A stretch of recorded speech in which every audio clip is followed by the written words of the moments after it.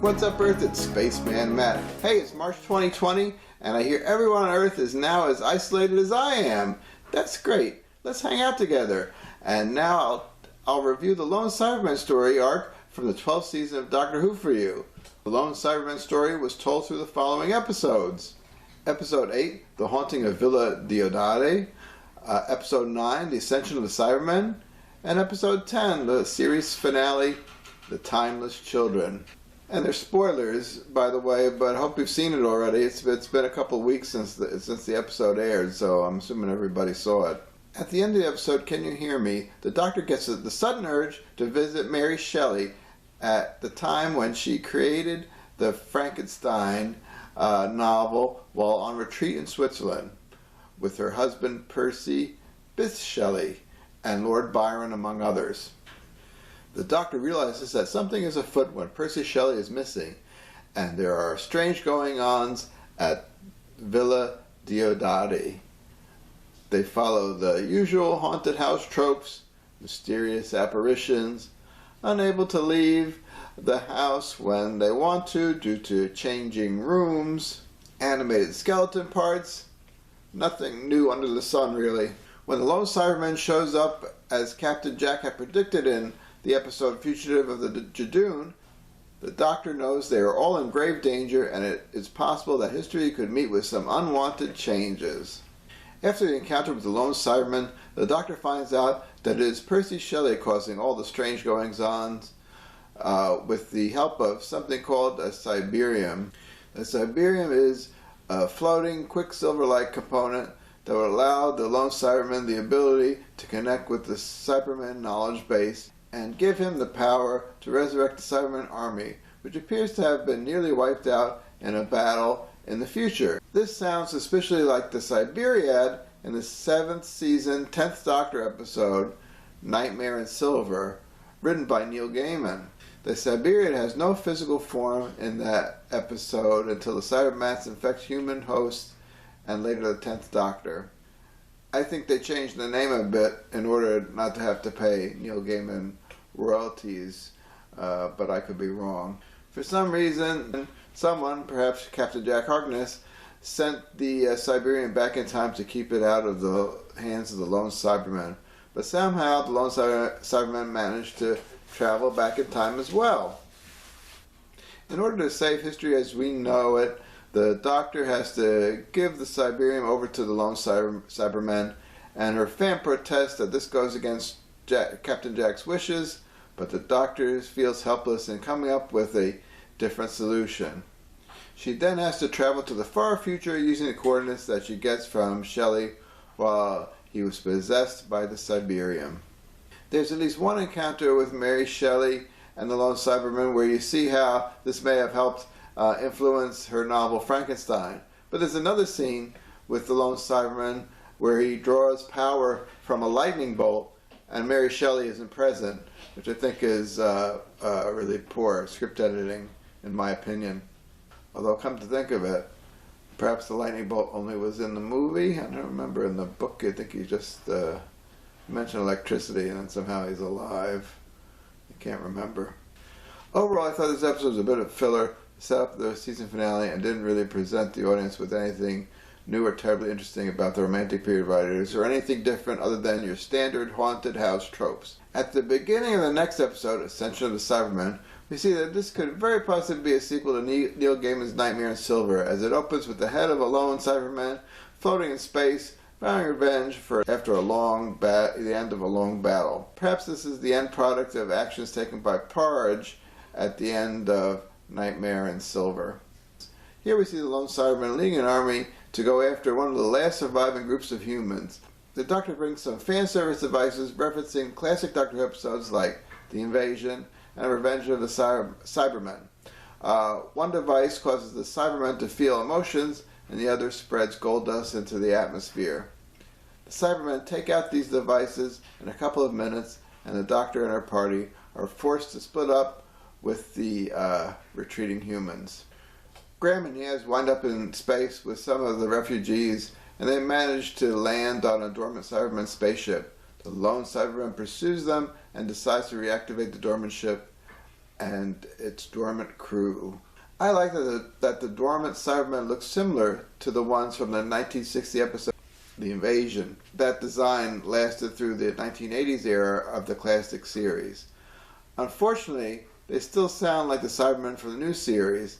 I always liked the way David Banks sounded as Cyber Leader, first starring in Earthshock. You know, destroy them at once. And unfortunately, that's one bit of fan service that wasn't included in this episode. Something that I really would have liked to have seen, just wasn't there. The Doctor and Ryan, in the meantime, are running around looking for a guy named Ko Sharmus. I guess at first they think it's a planet, and he may be able to help lead the surviving humans through some sort of transportation porthole to safety. When the Doctor finally gets to the porthole, she finds that it actually leads to the ruins of Gallifrey, and out pops the Master, waiting to make his great revelation to the Doctor, which takes place in the series finale, Timeless Children. So the Master teams up with the lone Cyberman and makes a deal for them to come through the portal and use the remains of Gallifrey to become Cyberman Time Lord hybrids. He even has them outfitted with new Time Lord-like cyber suits that look like cute metal versions of the Time Lord ceremonial robes first seen in the classic Doctor Who episode, The Deadly Assassin. Some more fan service there. The lone Cyberman wants to say farewell to the flesh altogether and change the Cybermen into artificial-only life forms. The Master scoffs at him, saying that robots are boring. The lone Cyberman had revealed to the Master that he had within his body a death particle that, when unleashed, would kill all organic life forms on the planet. Seeing that the lone Cyberman is not going to cooperate, the Master shrinks down the lone Cyberman with his tissue compression eliminator, but with the death particle intact. While all of this is going on, the Master is also revealing the shocking secrets of the Doctor's true origin while he has her trapped in the Matrix. It turns out, before there were Time Lords, there was a Shabogan scientist from Gallifrey named Tectoon who went exploring in her own homemade starship and found this little lost girl, abandoned lost girl that came through a mysterious portal on a planet. She decides to take in the child. She finds out through a freak, very Broadchurch-like accident, the child falls off a cliff like the kid did in Broadchurch, that the child has the power to regenerate into a whole new body if she dies. This happens continuously, and each time the child dies without limit. Tectoon studies this ability and learns to copy it and becomes the founder of Time Lord Society. Not sure what happened to Rassilon and Omega there. She limits the Time Lord regenerations to 12, though I forget why. The Master has gleaned this information from the Matrix and has trapped the Doctor in paralysis to prevent her from interfering with his plot with the Cybermen. She of course manages to interfere and thwart the Master when Ko Sharmus makes the ultimate sacrifice and releases the death particle, giving the Doctor and the humans the opportunity to escape.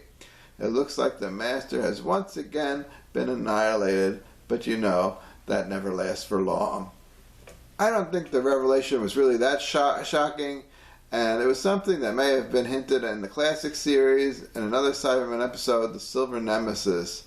In that episode, Lady Painfort, the human villain of the piece, who had some prior knowledge of the Doctor through a sentient weapon called Nemesis, threatens the Seventh Doctor by hinting that she can reveal his secrets, that he is not really a Time Lord at all. The Doctor reacts sort of guardedly, but of course, as the story moves forward, she never gets the chance to reveal the Doctor's secret. Apparently, they wanted to reveal that the Doctor was not a Time Lord at all, but some sort of godlike entity. The producer and script editor at the time argued that they wanted to add more mystery to the Doctor's character, which added to the intrigue of the original series. So I think I'm going to make a separate video where I rant about this direction that the new series, starting with Russell T Davies, has taken with Time Lord mythology, and go on about how it started at the collapse of the original series back in the 1980s. From the beginning, I thought that destroying the Time Lords and not building on their mythology was, as it was envisioned by Robert Holmes, was a very bad idea. Oh no. Oh, what's that? Is that a Siberium or a Siberiad? What is that? Nah, I'm Cyberwally. The what? The Cyberwally. I'm a storage device where the Cyberman plays all their useless information. You know, things like incorrect sword lyrics, sports and entertainment trivia, celebrity gossip, stuff like that. Really? Yeah, I was just on Earth to download the entirety of the internet into my data storage. And you know, I found the most useless thing on the internet was a YouTube channel called Spaceman Sci-Fi Vlog. Mm-hmm. So, I saw your show originated on Mars, so I thought I'd come and check you out for myself. So you really think I'm the most useless thing on the internet? Yeah, you're like a celebrity to me, since my speciality is uselessness. Can I get an autograph? Or can we take a selfie together? Nah, get lost. How insulting. Well, that's all for now. Please show Cyberwally over here that I'm not entirely useless by liking this video and subscribing to my channel. And I know I'm so far behind, I haven't done anything with Star Trek Picard yet, and I wanted to do a review on Stranger Things and one on the Lost in Space on Netflix, and a bunch of other things that I just haven't gotten to. I'll see you next time. Thanks for watching. Bye. Oh well, toodly-bye. Subscribe to Spaceman Matt's Sci-Fi Vlog today. The fate of the world depends on it, I guess.